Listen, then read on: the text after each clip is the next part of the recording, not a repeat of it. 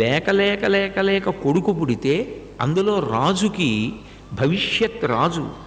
అటువంటి కొడుకు పుడితే పుట్టిళ్లలో పుట్టిన పురిటి కందుని పట్టుకుని వెళ్ళి చంపేయమని ఇచ్చేయాలి అంటే ఎంత కష్టం.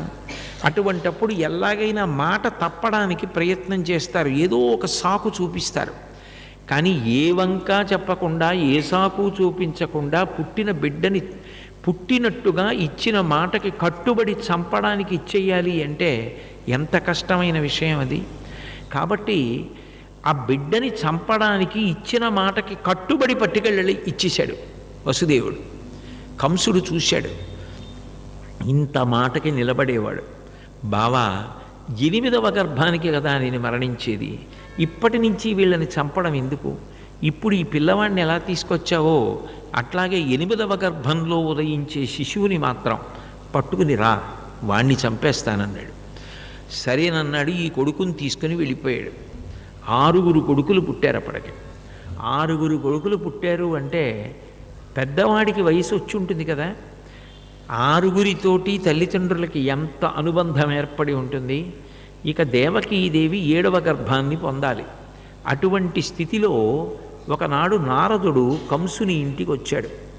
ఒకనాడు నారదుండొయ్యన కంసుని ఇంటికి చనుదించి ఏకతమున మందలోపలనున్న నందాదులను వారి భార్యలు పుత్రులు బాంధవులను వసుదేవుడాదిగా కల యాదవులను దేవకి మొదలుగా కల తెరవలు సురలు కాని నిజము నరులు కాలని తెలిపి కంసుండ నీవు రక్కసుడవనియు భూతలంబున చెరప పుట్టిన చెనటి దైత్యులనెల్ల సంహరించునని తెలిపి చనియదివికి. నారదుడు ఒకనాడు కంసుని ఇంటికొచ్చి, ఓ కంసుడా, నువ్వు అమాయకుడు ఓయ్, నువ్వు ఆ దేవకీదేవిని వసుదేవుణ్ణి విడిచిపెట్టేశావు. నీకొక మాట చెప్తాను. నిజానికి ఈ కంసుడనబడేటటువంటి పేరు కలిగిన నువ్వు ఒక రాక్షసుడివి. నీ పరివారమంతా రాక్షస పరివారం. నువ్వు ఈ భూమిని చెరపడానికి పుట్టినటువంటి రాక్షసుడవని శ్రీమన్నారాయణుడికి తెలుసు. ఆయన తన పరివారంతో భూమి మీదకు వస్తున్నాడు. ప్రధానంగా నీ సంహారం కోసమే వస్తున్నాడు. ఇక్కడ దేవకి మొదలుగా గల తెరవలు వసుదేవుడాదిగా గల సర్వ యాదవులను సొరలు కాని నిజము నరులు కాలని తెలిపి కంసుండ నీవు రక్కసుడవనియు. వసుదేవుడు కానీ దేవకీదేవి కానీ అట్లాగే నందవ్రజంలో ఉన్నటువంటి గోపాల బాలురు గోపకాంతలు కానీ యశోదాదులు కానీ నందుడు కానీ చిట్ట చివరికి నీ తండ్రి ఉగ్రసేనుడు కానీ వీళ్ళందరూ కూడా దేవతల పరివారమే. పుట్టిన 6 నువ్వు వదిలేశావు. వాళ్ళు రేపు పొద్దున్న తండ్రికి తోడవుతారు, 8వ వాడికి తోడవుతారు. నిన్ను చంపడానికి వచ్చిన వాళ్ళయా వీళ్ళందరూ అని చెప్పి వెళ్ళిపోయాడు. వెళ్ళిపోగానే కంసుడు ఈ 6 విడిచిపెట్టకూడదనుకున్నాడు. కబురు చేసి బావా 6 తీసుకురా అన్నాడు. చెల్లెల్ని బావగారినే కాకుండా తండ్రిని కూడా తీసుకెళ్ళి కారాగారంలో పెట్టేశాడు. పెట్టేసి 6 పిల్లల్ని సంహరించాడు. ఇక్కడ మనకు ఒక విషయం సహజంగా అనుమానం వస్తుంది. ఏమంటే కంసుడు తనంత తాను చంపుదాం అనుకోలేడు కదా. ఇందాక అంటే పోనీ ఏదో సమాధి అన్నారు, అష్టాంగ యోగం అన్నారు, పోనీ వదిలిపెట్టేయండి. ఇదేమిటి ఈ నారదుడు అసలు వచ్చి చెప్పడం ఎందుకు? ప్రయత్నపూర్వకంగా చెప్పకపోతే వచ్చిన నష్టం ఏమిటి? 6 పిల్లలు బతుకుతారుగా. బతికారనుకోండి, వాళ్ళు కృష్ణుడికి తోడుగా ఉంటారు కదా. ఉంటే దేవతల కార్యమే కదా తీరుతుంది. మరి దేవతల కార్యం తీరడానికి అవకాశం అక్కడ ఉన్నప్పుడు నారదుడు వచ్చి చెప్పి కంసుడి చేత 6 చంపించడం ఎందుకు అంటే భాగవతంలో కనపడదు, కానీ దేవీ భాగవతంలో దీనికి వివరణ కనపడుతుంది. ఒకానొకప్పుడు మరీచి అనబడేటటువంటి మహర్షికి 6 కొడుకులు ఉండేవారు. ఆ 6 కలిపి షడ్గర్భులు అని పిలుస్తారు. 6 చాలా గొప్ప తపస్సు చేశారు, మంచి జ్ఞానము కలిగినటువంటి వారు. ఒక్కొక్కసారి మహావిద్వాంసుల వలన కూడా విష్ణుమాయ చేత ఏదో పొరపాటు జరుగుతూ ఉంటుంది. వాళ్ళు చతుర్ముఖ బ్రహ్మగారిని చూసి నిష్కారణంగా ఓ నవ్వు నవ్వారు. అది పరిహాసాస్పదంగా నవ్వారు. ఆ నవ్వేటప్పటికీ బ్రహ్మగారికి ఆగ్రహం కలిగింది. మీరు బ్రహ్మసభకి వచ్చి నన్ను అధిక్షేపిస్తూ నవ్వారు, కాబట్టి మీరు రాక్షసులై జన్మించండి అని శపించాడు. వాళ్ళు 6 కూడా కాలనేమికి కుమారులై పుట్టారు. బ్రహ్మగారి శాపం మేరకు వాళ్ళకి ఇంకా రాక్షస జన్మ కొనసాగాలి. అందుకని వాళ్ళు తరువాతి జన్మలో హిరణ్యకశిపుడికి కొడుకులయ్యారు. ఈ 6 హిరణ్యకశిపుడి కన్నా ముందు తపస్సు చేస్తే బ్రహ్మగారు చాలా సంతోషించారు. వీళ్ళది రాక్షసులు కమ్మన్నాను, అయినా పూర్వజన్మ సంస్కారం ఉండిపోయింది. వీళ్ళు ఇంత తపస్సు చేశారని ప్రత్యక్షమయ్యారు. ఏం కావాలని అడిగారు. వాళ్ళు ఏదో వీళ్ళ వలన మరణం ఉండకూడదు, వాళ్ళ వలన మరణం ఉండకూడదు, తపస్సు చేసి హిరణ్యకశిపుడి తర్వాత ఎలా అడుగుతాడో అలా అడిగారు. తథాస్తు అన్నాడు బ్రహ్మగారు. వాళ్ళు వెళ్ళి తండ్రి హిరణ్యకశిపుడికి చెప్పారు, నాన్నగారు మేము 6 తపస్సు చేశాం, మాకు ఇంత గొప్ప వరం లభించింది, మేము ఇప్పుడు ఇంత శక్తివంతులమయ్యామని. అదేమి ప్రారంధమో హిరణ్యకశిపుడు ఎప్పుడూ కూడా కొడుకుల యొక్క అభ్యున్నతిని సహించలేడు. ఆయన, నేను ఇంకా తపస్సు చేసి ఇంత గొప్ప వరాలు పొందలేదు, మీరు పొందారు, కాబట్టి మీ వరములు మీకు ఉపయుక్తము కాకుండా మిమ్మల్ని శపిస్తున్నాను. అది రాక్షసత్వం అంటే. కాబట్టి మీరు పాతాళలోకానికి వెళ్ళి నిద్రపోండి. మీరు అంత గాఢ నిద్రలోకి వెళ్ళిపోయిన తర్వాత ఎన్ని వరాలు ఉంటే ఎందుకు, ఎంత ప్రతాపం ఉంటే ఎందుకు, మీరు సాధించేది ఏమి ఉండదు. నిద్రలోనే ఉండి నిద్రలోనే మరణించండి. మరణించడమే కాదు, వచ్చే జన్మలో మీరు 6 పూర్వజన్మలో మీకు తండ్రి అయిన వాడి చేతిలోనే మరణించండి అని చెప్పించాడు. అక్కడ 3వ జన్మతో వాళ్ళకు పొందినటువంటి శాపం పరిసమాప్తమైపోవాలి. అందుకని వాళ్ళు దేవకీ వసుదేవుల కడుపునొచ్చారు 6.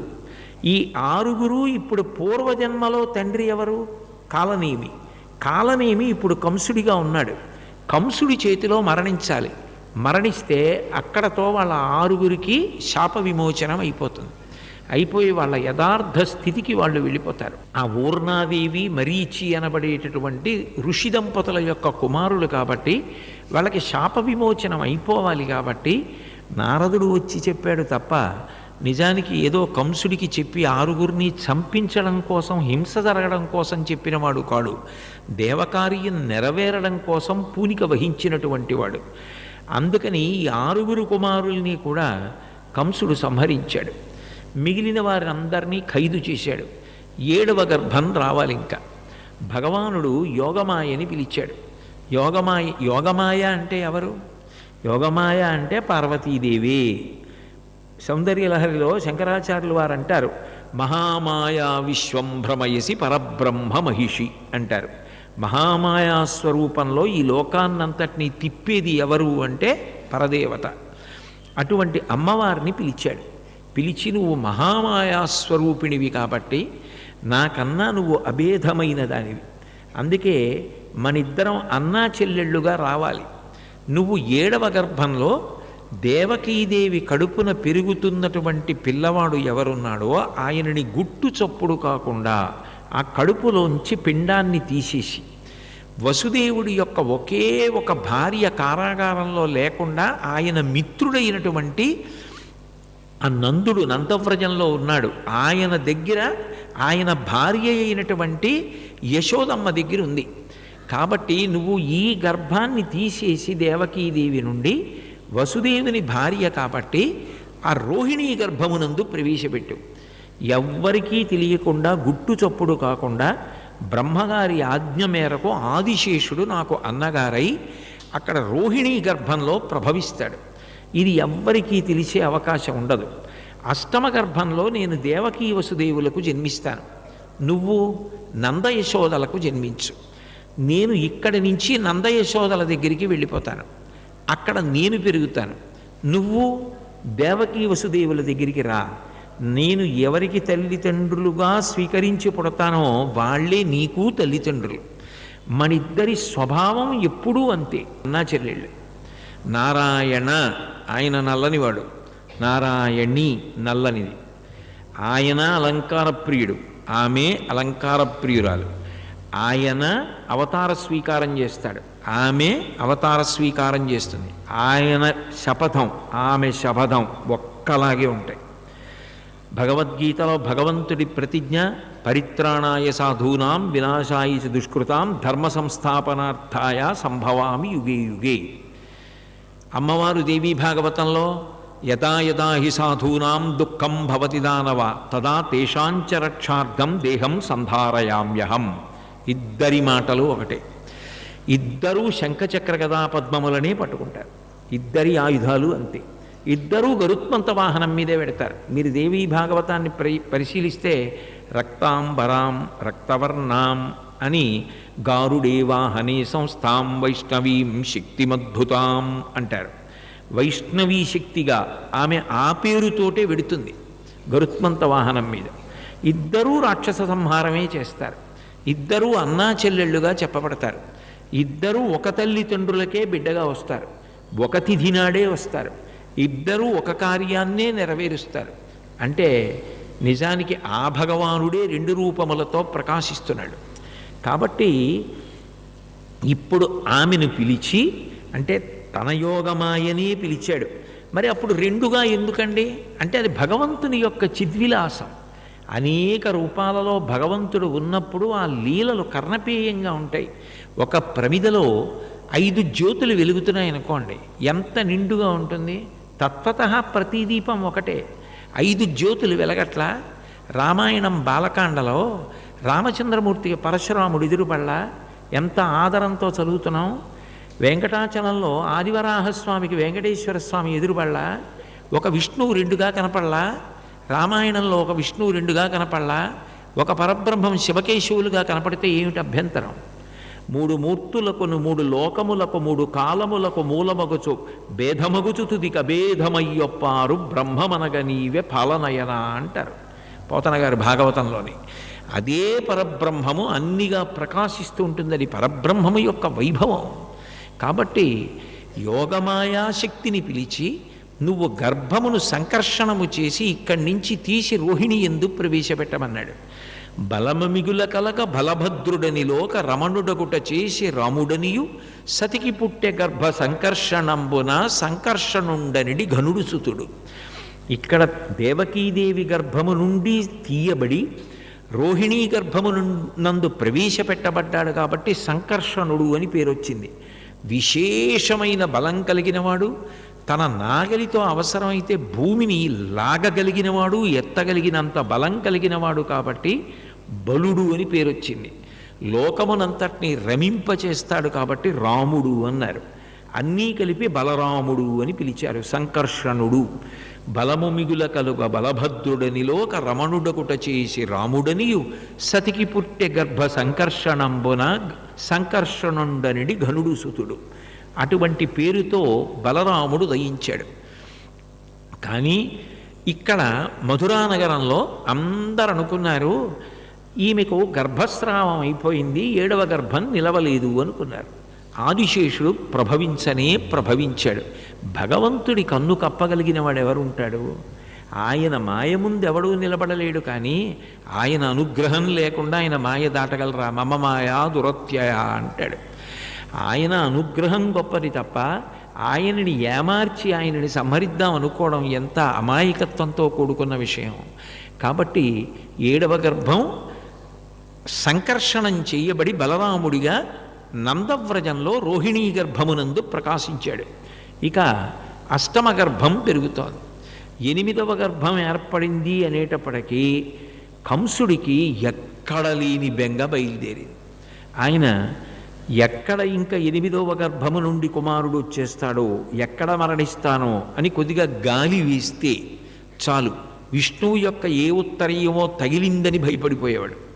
ఏదైనా చప్పుడైతే విష్ణు వచ్చేసాడని భయపడిపోయేవాడు. భయంతో నిరంతర హరినామ స్మరణ, నిరంతరం హరికి సంబంధించినటువంటి స్మరణలు. కానీ ఆ శత్రుత్వంతో చేశాడు తప్ప నిజంగా సాత్విక బుద్ధితో చేసుంటే ఎంత గొప్పవాడై ఉండేవాడు. ఎట్లా చేసినా భగవంతుణ్ణి స్మరించాడు కాబట్టి గట్టెక్కిపోయాడు. నిన్ననే నేను మీతో మనవి చేశాను. కామోత్కంఠత గోపికల్ భయమునన్ కంసుండు వైరక్రియా సామాగ్రించి శుపాల ముఖ్య నృపతుల్ సంబంధులై వృష్ణులున్ ప్రేమన్ మీరలు భక్తి మేము ఇది చక్రింగంటి మెట్లైననుద్ధామ ధ్యాన గరిష్ఠులైన హరిచందన్వచ్చు ధాత్రీశ్వర. భావన ఏదైనా భగవంతుణ్ణి మనసులో పట్టుకున్నది నిజమైతే భగవంతుని యొక్క అనుగ్రహం వర్షింపబడుతుంది. అది సాత్విక బుద్ధితో భక్తితో కూడినదైతే అందరి చేత ఆదరింపబడినదవుతుంది, ఆదర్శవంతమవుతుంది. ఆయన అరుగుచు తిరుగుచు కుడుచుచు కూర్చుండి లేచి అనవరతంబున్ హరితలచి తలచి జగమా హరిమయముగ చూచ కంసుడారనియలుకన్. తిరుగుతూ తింటూ తాగుతూ లేస్తూ పడుకుంటూ ఎప్పుడూ హరి గురించినటువంటి ఆలోచనే. ఇక ఆ గర్భం ఆ దేవకీదేవి యొక్క కడుపులో పిండ రూపంలో భగవంతుడే సాక్షాత్తుగా ప్రకాశించి పెరుగుతున్నాడు. నిజంగా ఆయనకి పెరగడం తరగడం అన్న మాటలు ఎక్కడ అన్వయం అవుతాయి? కానీ గర్భం పెరుగుతున్నట్లుగా కనపడుతోంది కాలంలో.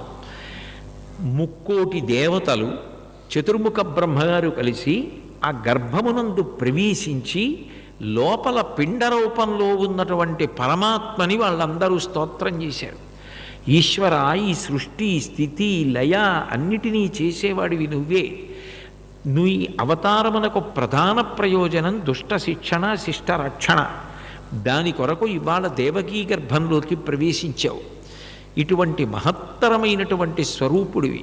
లోకంలో నీ అద్భుతమైనటువంటి సృష్టిగా సంసారము అనబడేటటువంటి ఒక గొప్ప వృక్షాన్ని నిర్మించావు. దానికి ప్రకృతి 1 పాదు, సుఖదుఖములు 2 ఫలములు, సత్వ రజస్తమోగుణములనే 3 గుణాలు, ధర్మార్థ కామమోక్షములనే 4 పురుషార్థముల కొరకు, శబ్ద స్పర్శ రస రూప గంధములనే 5 తన్మాత్రలతో, కామ క్రోధ లోభ మద మోహ మాత్సర్యములనబడేటటువంటి 6 గుణముల చేత, అంటే అవి 6 కూడా మనిషిని పాడు చేసేటటువంటి గుణాలు. అటువంటి గుణముల చేత అరిషడ్వర్గము అంటాం కదూ, అటువంటి 6 గుణముల చేత చర్మము, రక్తము, మాంసము, కొవ్వు, అస్థి, శుక్ల, మేధ అనబడేటటువంటి 7 పొరలను నిర్మాణం చేసి ఇందులో 8 సంఘాతమై పంచభూతములు, మనసు, బుద్ధి, చిత్తము అనబడే 7 కూడుకున్నదై 9 కన్నములు కలిగినటువంటి ఈ తోలు తిత్తి, 2 కళ్ళు, 2 ముక్కు కన్నాలు, 2 చెవి కన్నాలు, 6 నోరు, 7 మలద్వారం, 8 మూత్రద్వారము, 9 రంధ్రములు కలిగిన తోలు తిత్తిలో ప్రాణ అపాన వ్యాన ఉదాన సమాన నాగ కూర్మ కృకర ధనంజయ దేవదత్తములనబడేటటువంటి 10 వాయువులు నీ ఆజ్ఞ అయ్యే వరకు అట్లా కుంభింపబడి ఉండాలి. ఎంత అద్భుతమైన శాసనకర్తవి! ఎంత గొప్ప వృక్షాన్ని నిర్మాణం చేశావు!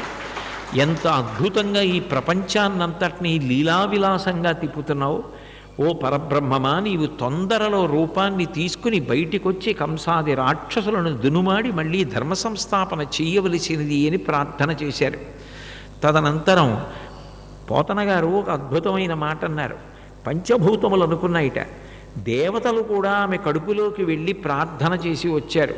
పంచభూతములు మనం మాత్రం లోపలికి వెళ్ళి స్తోత్రం చేయలేకపోయామని అనుకుని, ఆమెకు మట్టి తినాలనేటటువంటి కోరిక సహజంగా గర్భిణికి కలుగుతుంది కాబట్టి ఆమె మట్టి తింటే పంచభూతములలో ఉన్న పృథివీ ఆమెలోకి వెళ్ళి లోపల పిండ రూపంలో ఉన్న భగవానుణ్ణి దర్శనం చేసింది.